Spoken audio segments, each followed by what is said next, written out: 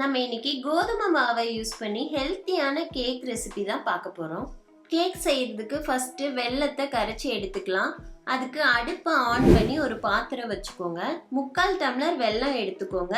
இதுல 3/4 டம்ளர் தண்ணி ஆட் பண்ணிக்கோங்க.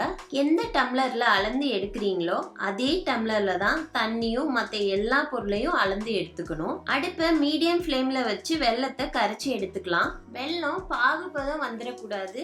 தண்ணியில நல்லா கரைச்சி எடுத்தா போதும். பாருங்க, வெல்லம் நல்லா கரைஞ்சி வந்துருச்சு. இந்த ஸ்டேஜ்ல ஸ்டவ்வை ஆஃப் பண்ணிடுங்க. கரைஞ்ச வெல்லத்தை ஊத்திக்கோங்க. வெல்லத்துல மண்ணு தூசி எல்லாம் இருக்கும். வடிகட்டிய வச்சு வடிகட்டுறப்ப மண்ணு தூசி எல்லாம் வடிகட்டிலேயே நின்றும்.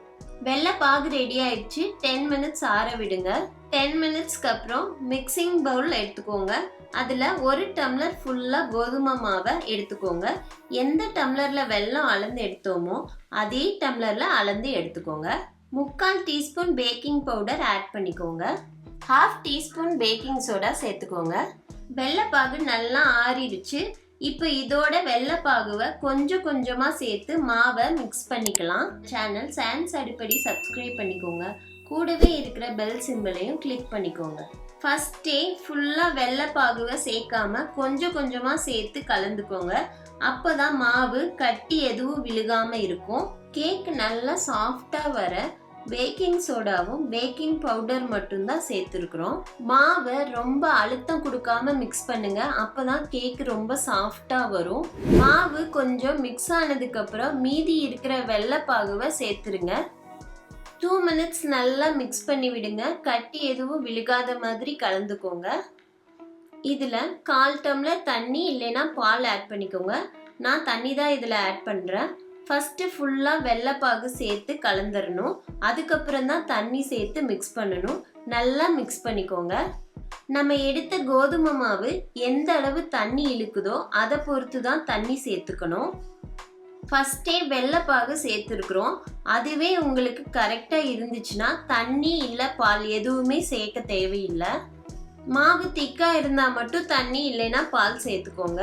ஒரு சில கோதுமை மாவு தண்ணி அதிகமா இழுக்கும். ஒரு சில கோதுமை மாவுக்கு தண்ணி அதிகமா தேவையே படாது. மாவை நல்லா ஸ்மூத்தா கலந்து எடுத்தாச்சு. இது கூட 1 டீஸ்பூன் ஆயில் ஆட் பண்ணிக்கோங்க. கடலை எண்ணெய், நல்லெண்ணெய் இதெல்லாம் சேர்த்தா ஸ்மெல் வரும். அதனால ஸ்மெல் இல்லாத ஆயில் சன்ஃப்ளவர் மாதிரி சேர்த்துக்கோங்க. 1 டீஸ்பூன் நெய் ஆட் பண்ணிக்கோங்க. நெய் வேண்டான்னு ஃபீல் பண்ணுனா நெய்க்கு பதிலாக 2 டீஸ்பூன் ஆயிலே ஆட் பண்ணிக்கோங்க. நான் 1 டீஸ்பூன் ஆயில் 1 டீஸ்பூன் நெய் ஆட் பண்ணியிருக்கேன். இதில் ஸ்லைஸாக கட் பண்ணின பாதாம் ஆட் பண்ணிக்கோங்க. அதே மாதிரி கட் பண்ணின முந்திரி கொஞ்சம் சேர்த்துக்கோங்க. திராட்சை பத்து ஆட் பண்ணிக்கோங்க. நல்லா எல்லாத்தையும் மிக்ஸ் பண்ணி விடுங்க. மாவு நல்லா கலந்தாச்சு. இந்த அளவுக்கு மாவு திக்கா இருக்கணும். கேக் மிக்ஸ் ரெடி ஆயிருச்சு. அடுத்தது கேக் மிக்ஸ் ஊத்துறதுக்கு ஃப்ளாட்டான பவுலு இல்லைன்னா கேக் பேன் இதில் எது வேணாலும் நீங்கள் எடுத்துக்கோங்க. நான் இன்னைக்கு ஒரு சில்வர் பவுல் எடுத்திருக்கேன். இதில் கொஞ்சமாக 1 டீஸ்பூன் ஆயில் ஊற்றி ஆயில் ப்ரஷ்ஷை வச்சு ஆயிலை ஸ்ப்ரெட் பண்ணி விட்டுக்கோங்க. இதில் ரெடி பண்ணி வச்ச கேக் மிக்ஸை சேர்த்துருங்க. பாருங்க, கேக் மிக்ஸ் இது மாதிரி மடிப்பா விழுகணும். அதுக்கு தகுந்த மாதிரி மாவை மிக்ஸ் பண்ணிக்கோங்க. நீங்க எந்த பாத்திரம் யூஸ் பண்ற மாதிரி இருந்தாலும் கேக் மிக்ஸை பாதி இல்லைன்னா 3/4 வாசி வர அளவுக்கு மட்டும் சேர்த்துக்கோங்க. கேக் வெந்து வர்றப்ப டபுள் ஆகி வரும். அப்பதான் அளவு சரியா இருக்கும். கேக் மிக்ஸ் சேர்த்தாச்சு. லைட்டா டேப் பண்ணி விடுங்க. அப்பதான் உள்ள இருக்கிற ஏர் பபிள்ஸ் எல்லாம் வெளியே வந்து கேக் வெந்து வர்றப்ப ஒரே மாதிரி வெந்து வரும். இதுக்கு மேலே டெக்கரேஷனுக்காக ஏற்கனவே ஸ்லைஸ் பண்ணி வச்ச முந்திரி ஆட் பண்ணிக்கோங்க. பாதாம் ஆட் பண்ணிக்கோங்க. திராட்சையும் சேர்த்துக்கோங்க. டெக்கரேஷனுக்கு நீங்கள் நட்ஸுக்கு பதிலாக டியூட்டி ஃப்ரூட்டி இருந்தால் கூட யூஸ் பண்ணிக்கலாம். உங்கள் சாய்ஸ் தான்.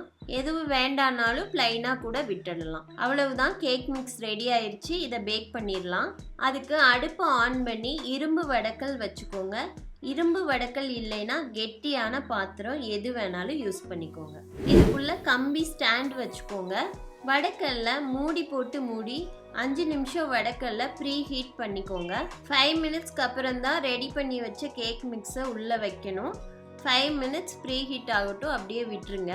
5 மினிட்ஸ் ஆச்சு. நல்ல வடக்கல் ப்ரீ ஹீட் ஆயிடுச்சு. இப்போ நம்ம ரெடி பண்ணி வச்ச கேக் மிக்ஸை உள்ளே வச்சிடலாம். வச்ச பிறகு வடக்கெல்லாம் மூடி போட்டு க்ளோஸ் பண்ணி 40 to 45 மினிட்ஸ் மீடியம் ஹீட்டில் பேக் பண்ணிக்கோங்க. அதுக்கு முன்னாடி இடையில ஓப்பன் பண்ணி பார்க்கக்கூடாது, ஏன்னா வெளியில் உள்ள ஏர் உள்ளே போச்சுன்னா கேக்கு பஃப்னு வெந்து வராது. 45 மினிட்ஸ் ஆச்சு, மூடியை ஓப்பன் பண்ணி பார்க்கலாம். கோதுமை மாவு கேக்கு நல்லா பஃப்னு வெந்து வந்திருக்கு. கேக்கு வெந்துருச்சான்னு பார்க்கறதுக்காக நைஃபை விட்டு பாருங்க. நைஃப்பில் கேக்கு ஒட்டாமல் கிளியராக வந்திருக்கு. அப்படின்னா கேக்கு நல்லா வெந்துருச்சுன்னு அர்த்தம். ஒருவேளை கத்தியில் கேக் ஒட்டுச்சுன்னா திரும்பவும் 5 மினிட்ஸ் மூடி போட்டு மூடி பேக் பண்ணிக்கோங்க. இப்போ வெளியில் எடுத்துடலாம். கேக் ரெடி ஆயிடுச்சு. 10 மினிட்ஸ் ஆறட்டும். ஆறுனதுக்கப்புறம் கட் பண்ணிக்கலாம். 10 மினிட்ஸ் ஆச்சு. ஒரு கத்தி வச்சு ஓரத்தை எடுத்து விட்டுட்டு வேறொரு பிளேட்டுக்கு மாற்றிடலாம். இது மாதிரி ஓரத்தை எடுத்து விட்டுட்டு பண்ணுறப்ப கேக்கு ஈஸியாக வந்துடும். லைட்டாக டேப் பண்ணிவிட்டு கேக் பாத்திரத்தை எடுத்துருங்க. கேக்கு ரொம்பவுமே சூப்பராக வந்திருக்கு. இப்போ கேக் அப்படியே திருப்பி போடுங்க.